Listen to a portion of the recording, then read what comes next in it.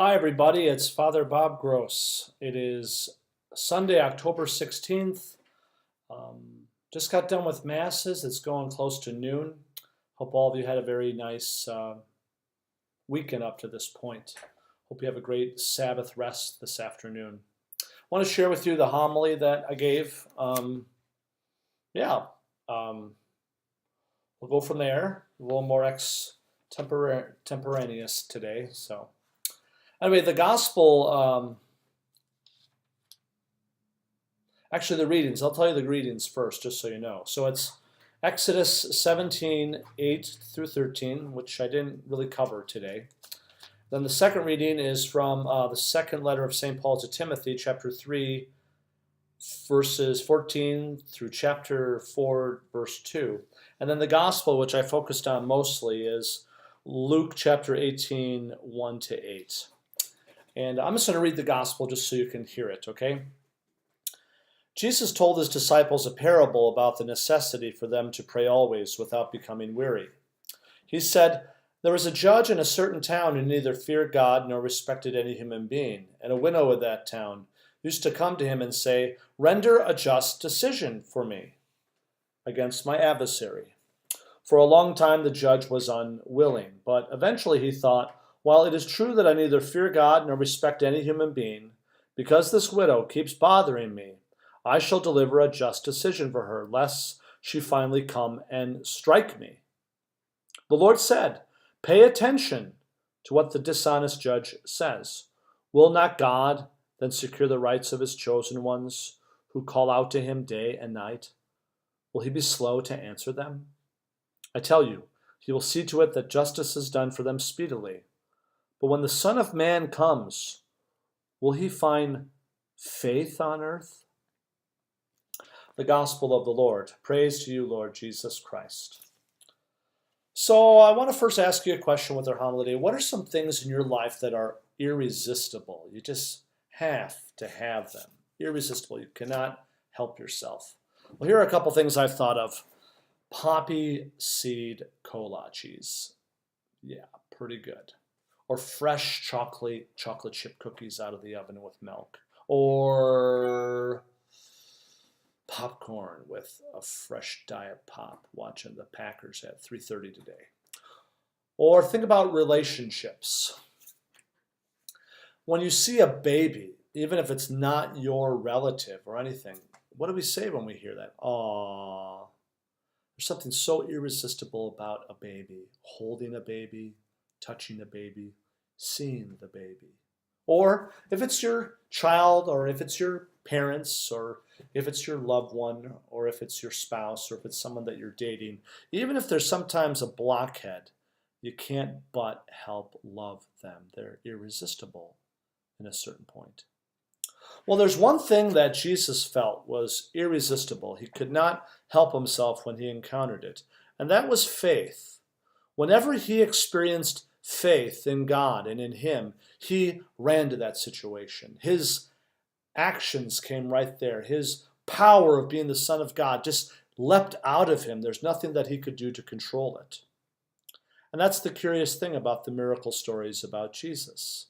He would heal the blind, cleanse the lepers, make the deaf hear, the lame walk, the blind see. He would raise the dead. But when that happened, many times, the majority of the times, when he told the person who was healed, he would say, "Go on your way, your faith has saved you." Not Jesus saving him, in a sense. If I was Jesus and I was healing people, I'd be saying, "Hey, look at me. I just healed you." But Jesus in his humility says, "Your faith has healed you." I bring that up because the question of Jesus at the end of the gospel, when the Son of Man comes to earth, will he find faith on earth?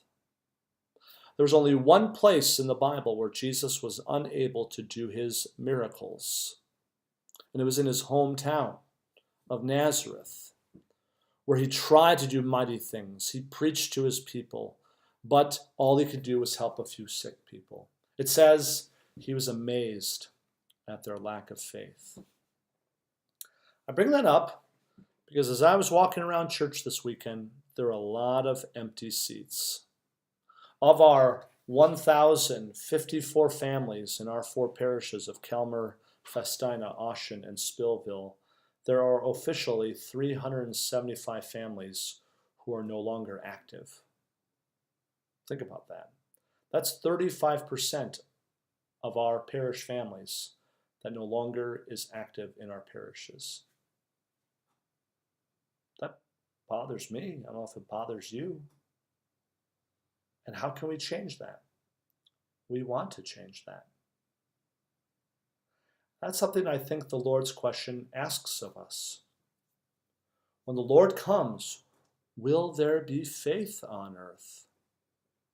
For to experience the gift of salvation, to experience the gift of His grace, there must be faith present. We have to believe in Him and believe that God is here to care for us. Did you know that when you receive communion, that you become Jesus? I'm not saying that you become the second person of the Blessed Trinity, but you become His extension. I think it's radical when we hear that. You become Jesus. As St. Teresa of Avila would pray, Christ has no body now but yours, no feet nor hands but yours, no feet, no heart, no voice, none but yours. So it brings up to the question, the solution of inviting people back to church, of inviting people who are inactive in our parishes, is not just the priest's job. Isn't supposed to be the priest's job. It's the job of the whole community. And until we take ownership of that fact, totally, and put our energies together, think about ways that we can welcome people back. Think about ways that can help speak about our faith, just sharing our faith. Unless that happens, unless we collectively take responsibility for it, nothing's going to change. Because here's the question I ask you. For those of us that do go to church every Sunday, do we think that we are better than those that don't go to church? I hope we don't, because we're not. We are just people who know that we need God. Not because we go because we want to not have a guilty conscience, not to go because our mother told us to. We go because we want to offer praise and thanks to God, to be filled with Him so that we can become saints. That's why we go to church. And also, sometimes people leave the church, become inactive of the church, because of a bad experience with a priest. A priest wasn't kind to them. A priest was not understanding to them. Heck, I may be guilty of that in my 15 months here. And if I am deeply sorry about that. And I'm sorry for all those that have experienced bad experiences with priests. But that doesn't excuse us from going forward and reaching out to people to come back to the Lord. When the Son of Man comes, will He find faith on earth? Because the renewal of the church begins in your local parish, not at a big conference, not at really swanky music. Let's hope we have swanky music someday. But it happens by first believing and acting on that belief in Jesus Christ, the Son of God, and believing that His commandments are not burdensome, but they are life eternal. So, when the Son of Man comes to earth, will He find faith on earth?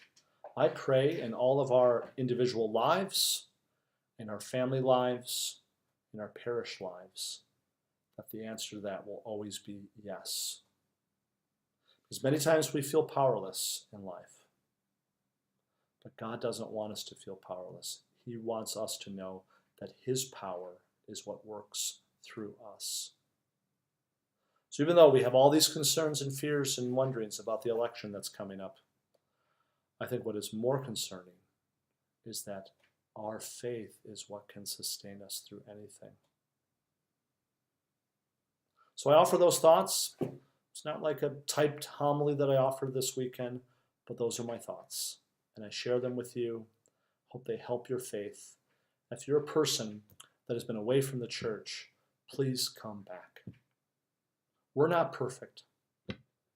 We don't have all the answers, but we know the one who does have all the answers, and that is Jesus Christ the Lord and the church that he has established and the church that we get to be a part of.